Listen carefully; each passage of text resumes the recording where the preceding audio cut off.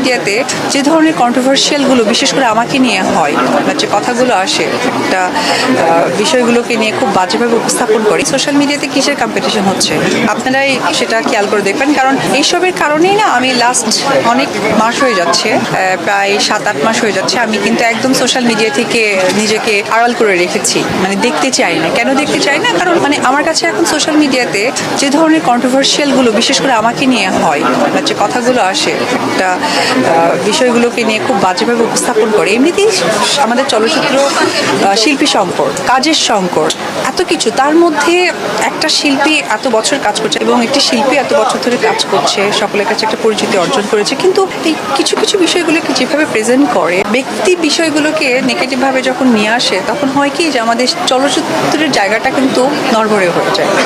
তো ওই জায়গা থেকে আসলে আমি ডাস্টবিনের কথাটা বলেছি যে আপনি খেয়াল করে দেখবেন যে 2016 সালেও আমার বেশ কিছু কিছু সময়গুলোতে মানে খুব ইমোশনাল সময়গুলোতে কিন্তু দেখবেন যে কিছু কিছু ফেসবুক স্ট্যাটাসগুলো এসেছে। হ্যাঁ, তো এই বিষয়গুলো তো আসলে চলচ্চিত্রের পার্ট না।